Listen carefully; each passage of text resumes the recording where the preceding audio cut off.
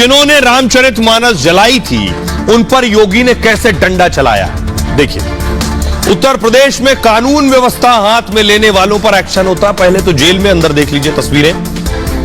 अब आपको बताता हूं योगी ने किया क्या। लखनऊ पुलिस ने रासुका के तहत केस दर्ज किया है।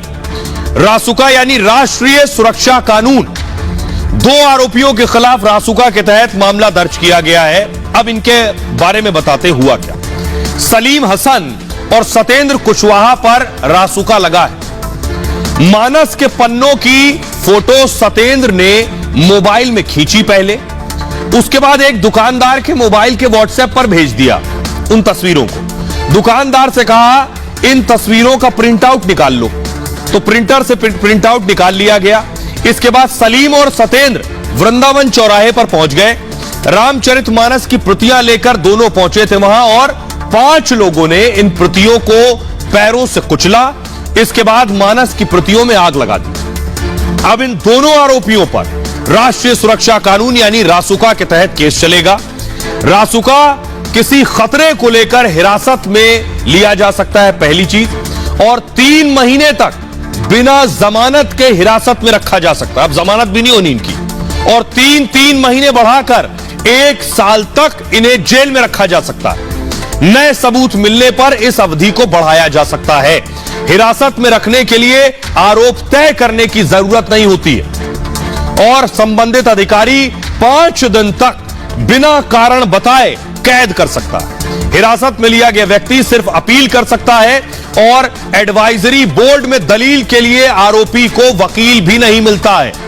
जब मामला कोर्ट में जाता है तब सरकारी वकील पक्ष रखता है। यह होगा अब इनका। कई और धाराओं में इन पर केस दर्ज है। इनके खिलाफ आईपीसी की धारा 295 यानी पूजा स्थल को अपवित्र करना, इसके तहत 2 साल की सजा और जुर्माना इनको होगा। साथ ही आईपीसी की धारा 295A यानी धार्मिक भावनाओं को ठेस पहुंचाना, इसमें 3 साल तक की जेल और जुर्माना है। तीसरी आईपीसी की धारा 298 यानी धार्मिक भावनाओं को ठेस पहुंचाना, इसमें भी 1 साल की सजा और जुर्माना है।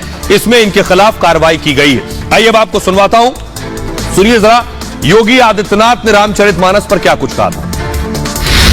ये विवाद वे लोग खड़ा कर रहे हैं जिनका विकास का कोई अपना एजेंडा नहीं है, जिन्होंने उत्तर प्रदेश के नौजवानों के सामने पहचान का संकट खड़ा किया था, जिन लोगों ने प्रदेश को एक दंगा प्रदेश बना दिया था। उत्तर प्रदेश आज से उभर चुका है, ये सब पिटे हुए मोहरे हैं। तो योगी ने एक्शन ले लिया। या दूसरी तरफ संघ प्रमुख मोहन भागवत ने आज बड़ा बयान दिया। उन सारे विवादों पर पूर्ण विराम लगाते हुए संघ प्रमुख मोहन भागवत ने बयान दिया और उनके बयान को भी लोगों ने गलत तरीके से रखा, जिनकी सियासत को दरअसल सूट करता है। अब मैं आपको बताता हूं कि आखिर किसने क्या कहा है और कैसे आखिर कैम टू काटिए, कैसे आखिर क्या वजह है कि मोहन भागवत के बयान पर हंगामा मचा। भागवत ने कहा भगवान के लिए हम सब एक हैं। भगवान के लिए जाति वर्ण नहीं है। कुछ जाति वर्ण संप्रदाय पंडितों ने बनाया, श्रेणियां पंडितों ने बनाई, जो गलत था। और अगर जातियों में विभाजन नहीं होता है तो हमारे समाज के बंटवारे का फायदा है कोई दूसरा नहीं उठा पाता।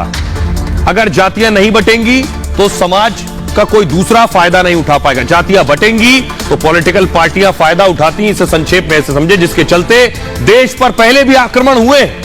विवेक चेतना सभी एक है, कोई फर्क नहीं है उसमें, सिर्फ सभी के मत अलग अलग हो सकते हैं। किसी भी स्थिति में अपना धर्म न छोड़िए। हिंदू और मुसलमान सभी एक हैं। जब हर काम समाज के लिए है तो कोई ऊंचा या नीचा कैसे हो सकता है। यह कहना था मोहन भागवत का।